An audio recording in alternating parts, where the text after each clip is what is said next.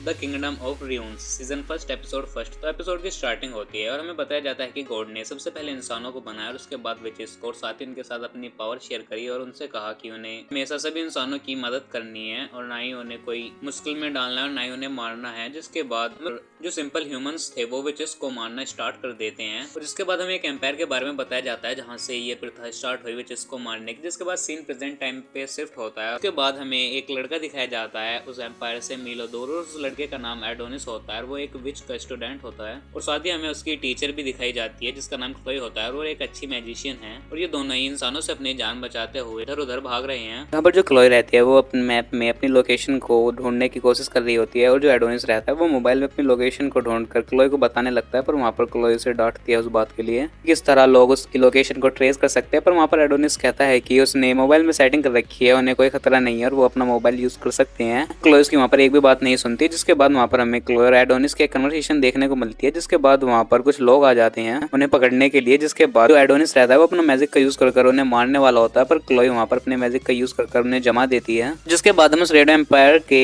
Present emperor को देखते हैं जो कि गोथे होता है और वो लोगों से कह रहा होता है कि जाओ जाकर क्लोई को लेकर आओ। जहाँ पर एडोनिस क्लोई से कहने लगता है कि आप मुझे मेरे मैजिक का यूज क्यों नहीं करने देते, जहाँ पर वो कहते तुम अभी अनएक्सपीरियंस्ड हो। जिसके बाद जो एडोनिस रहता है वो अपने मैजिक का यूज कर वहाँ पर एक बड़ी स्वॉर्ड ला देता है और साथ ही वो कहता है कि कोई स्टूडेंट आपका अनएक्सपीरियंस कैसे हो सकता है। यहाँ पर क्लोई कहने लगती है कि वो सिर्फ उसे प्रोटेक्ट करने की कोशिश कर रही है और तभी हम देखते हैं कि जो वो लोग थे वो वहाँ पर क्लोई और एडोनिस दोनों को टेलीपोर्ट कर देते हैं। और दूसरी तरफ हम एम्पायर में वहाँ पर गोथे को देखते हैं जो कि अपने क्राउन को उतारकर वहाँ पर स्पीच देने लगता है। तो सादी कहता है कि हमें किसी भी काम के लिए विचेस पर डिपेंड रहना पड़ता है। पर वो सादी को बताता है कि हमारी टेक्नोलॉजी ने इतनी डेवलपमेंट कर ली है कि अब हमें किसी विचेस पर डिपेंड रहने की जरूरत नहीं है और ना ही किसी विचेस के सामने हाथ फैलाने की। जैसे ही गोथे वहाँ पर अपनी स्पीच खत्म करता है तो वहाँ पर हम क्लोई और एडोनिस को देखते हैं जो कि टेलीपोर्ट होकर वहाँ पर आ जाते हैं और वो दोनों समझ नहीं पाते यहाँ पर क्या हो रहा है। यहाँ पर गोथे उन्हें देखकर कहता है कि तुम्हारा स्वागत है। जिसके बाद जो एडोनिस रहता है वो अपना मैजिक यहाँ पर यूज करने के लिए तैयार हो जाता है पर तभी वहाँ पर दो सिक्योरिटी गार्ड उसे पकड़ लेते हैं। जहाँ पर क्लोई कहती है कि मेरे स्टूडेंट को छोड़ दो अगर तुम्हें अपनी एम्पायर की सेफ्टी चाहिए तो। और जिसके बाद जो क्लोई रहती है वो अपनी वहाँ पर फुल पावर का यूज करने के लिए तैयार हो जाती है और तभी वहाँ पर क्लोई का मैजिक टूट जाता है और वो समझ नहीं पाती ये कैसे हुआ। जहाँ पर जो गोते होता है वो उससे कहता है कि तुम कभी भी हमें नहीं समझ पाओगे और वहीं हमें एक डिवाइस के बारे में बताया जाता है जो कि विचेस की पावर्स को रोकता है।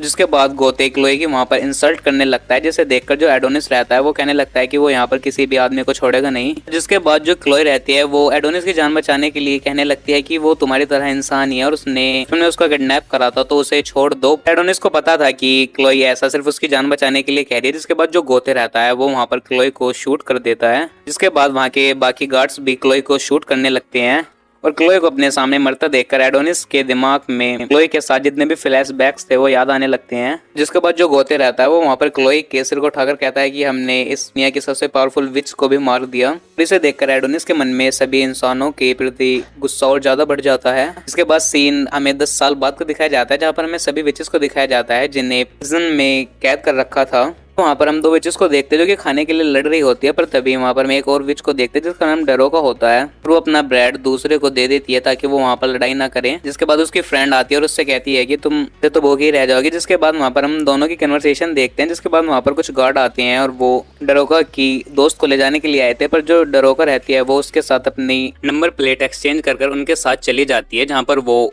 उसे इंचार्ज के सामने ले जाते हैं जहाँ पर इंचार्ज उससे कहता है कि इतने हैराने से मत देखो, हमने तुम्हारी बॉडी को चेक करा है और तुम्हारी बॉडी लॉर्ड को खुश करने के लिए काफी है। दरअसल में इस जगह को चलाने के लिए उन्हें पैसों की जरूरत थी और काफी ज्यादा टैक्स भी देना पड़ता है, इसलिए उसे भी बाकी सबकी तरह अपनी बॉडी को सर्व करना होगा। जिसके बाद जो वो इंचार्ज रहता है वो दरोगा की एक फोटो भी लेने लगता है पर इसी का फायदा उठाते हुए जो दरोगा रहती है वो इंचार्ज की उंगली में काटकर उसका फोन लेकर वहां से भाग जाती है और साथ ही इंचार्ज की आवाज में उस फोन को अनलॉक भी कर लेती है और सारे गेट खोल देती है और सबसे कहने लगती है कि सब भाग जाओ यहाँ से। जिसके बाद वहाँ पर हड़कंप मच जाता है और अफरा तफरी मच जाती है। जिसके बाद जो दारोगा रहती है वो एक गेट के सामने रुकती है और उसे खोलकर जब वो अंदर जाती है तो वो देखती है कि यहाँ पर किसी पावरफुल विच को रखा गया है जहाँ पर वो विच कैद थी उसकी सील अब टूटने लगती है। जिसके बाद वहाँ पर गार्ड आकर उस सील को बचाने की कोशिश करते हैं पर वो सील टूट जाती है और हम देखते हैं उसके अंदर गुस्से से भरा एडोनिस होता है। फिर वो काफी गुस्से में अपनी आंख खोलता है और इस सीन के साथ इस एपिसोड का यहाँ पर एंड हो जाता है। तो आई होप आपको इस एपिसोड की एक्सप्लेनेशन पसंद आई हो। तो इस वीडियो में इतना ही, मैं मिलूंगा आपको नई वीडियो में नई एनीमे या फिर नई वेब सीरीज की एक्सप्लेनेशन के साथ। तब तक के लिए गुड बाय।